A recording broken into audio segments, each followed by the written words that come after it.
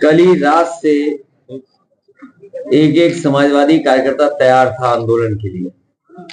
मैं इनको बधाई देता हूं कि आज सड़क पर निकल करके जो भारतीय जनता पार्टी हम लोगों को रोकना चाहती थी, घर ही में कैद कर रखना चाहती थी, लेकिन कार्यकर्ता सड़कों पे दिखाई दिए।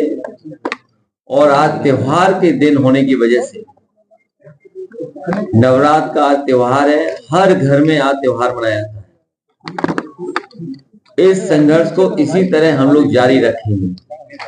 और आज घर के सामने ही हम लोगों ने जयप्रकाश जयंती, लोक नायक, भारत रत्न, समाजवादी नेता गांधी जी के साथ और भारत की आजादी में भूमिका निभाने वाले जयप्रकाश जी की जयंती हम लोगों ने वहीं पर मनाया। जो समाजवादियों ने म्यूजियम बनाया था जहां पर जयप्रकाश नारायण जी की प्रतिमा है, हर वर्ष हम लोग वहां पर प्रतिमा पर माल्यार्पण करने जाते थे। समाजवादी सरकार थी उस समय, उद्घाटन हुआ था। नेताजी के साथ साथ बहुत सारे समाजवादी नेता उस दिन आए थे और सोशलिस्ट म्यूजियम का उद्घाटन हुआ था। जेपीएनआईसी का उद्घाटन बाद में हुआ है।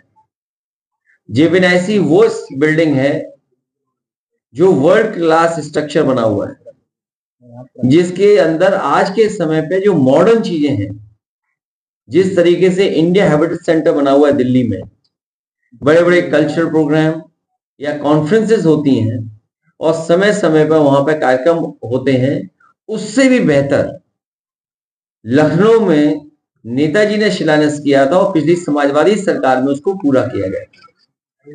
ये जेपीएनआईसी वो बिल्डिंग है जो सबसे ऊंची बिल्डिंग है। सबसे ऊंची बिल्डिंग होने के साथ साथ इसके अंदर देश का सबसे बड़ा कॉन्फ्रेंस हॉल है।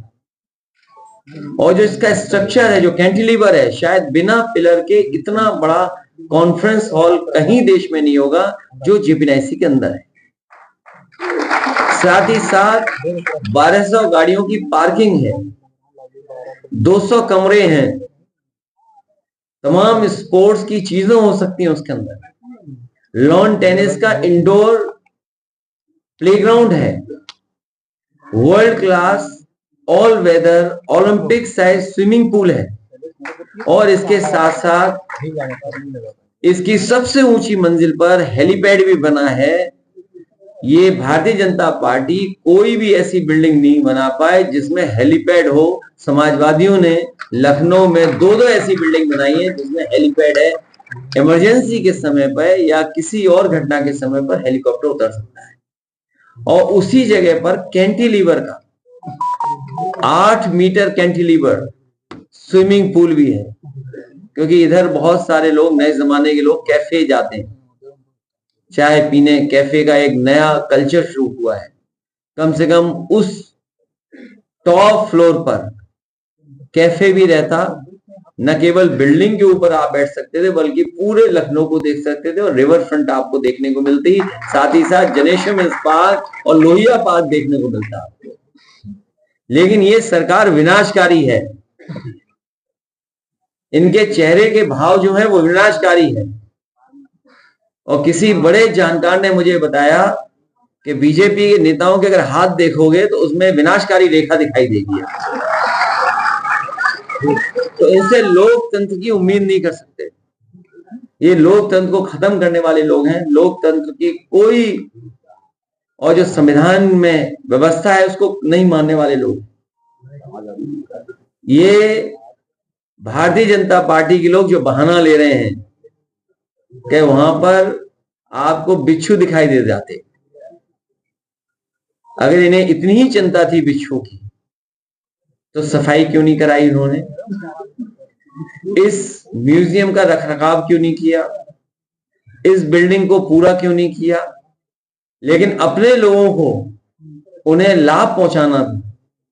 70 करोड़ रुपए इसके सैंक्शन हुए।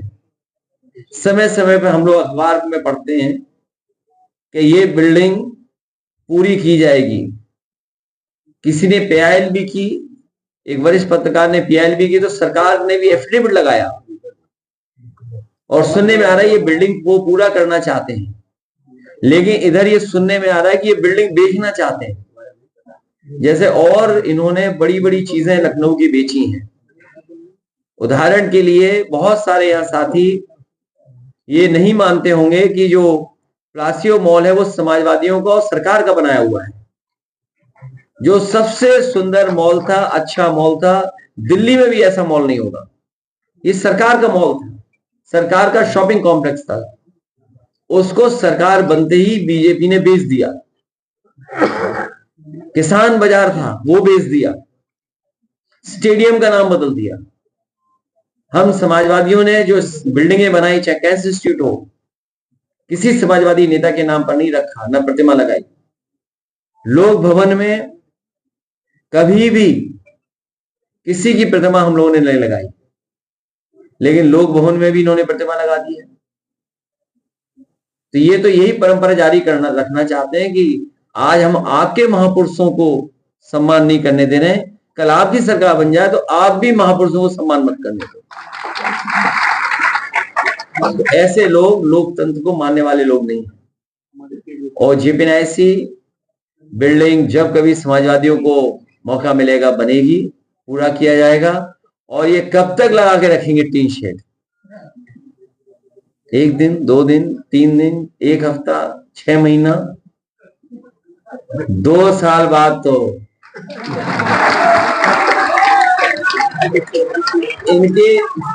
इन्हें अपने आप को बचाने के लिए टी शर्ट लगानी पड़ेगी।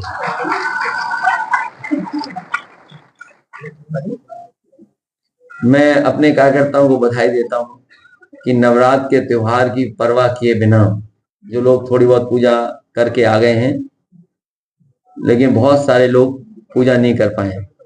अगर पूजा नहीं कर पा रहे तो उसका दोषी और पाप किसी को लगेगा तो मुख्यमंत्री जी को पाप लगेगा। हम भी पूजा नहीं कर पाए, हम भी भगवान से प्रार्थना करेंगे, देवी से प्रार्थना करेंगे कि जिनकी वजह से आज हम पूजा नहीं कर पाए उन्हीं पे पाप पड़े।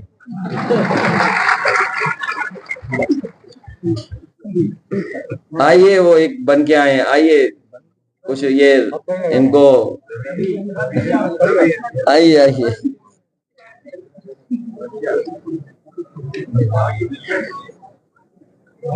और कोई बात तो बताइए, नहीं फिर आप लोग जाइए। तो हम लोग आपका भी धन्यवाद, रात से आप लोग हमारे साथ हैं। उस पेंटर को जरूर ढूंढ देना, उसकी हमें मदद करनी है।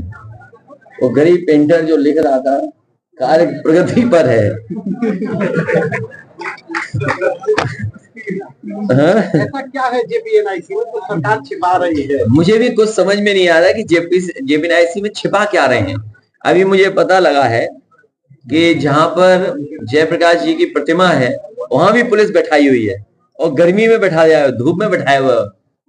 ये अगर वो लोग भी त्योहार नहीं मना पा रहे हैं, वो लोग भी अगर त्योहार नहीं मना पा रहे हैं हमारे पुलिस के कर्मी, तो उनका भी पाप मुख्यमंत्री पे ही पड़े। बेचने का भी आरोप लग रहा है कि किसी बड़े बिल्डर को दे दिया गया है। जहां बीजेपी को ज्यादा लाभ मिलेगा वहीं पर वो बिल्डिंग दे देंगे। ये दांव उल्टा बीजेपी भारी पड़ गया है। ये आप लोग तय करिए।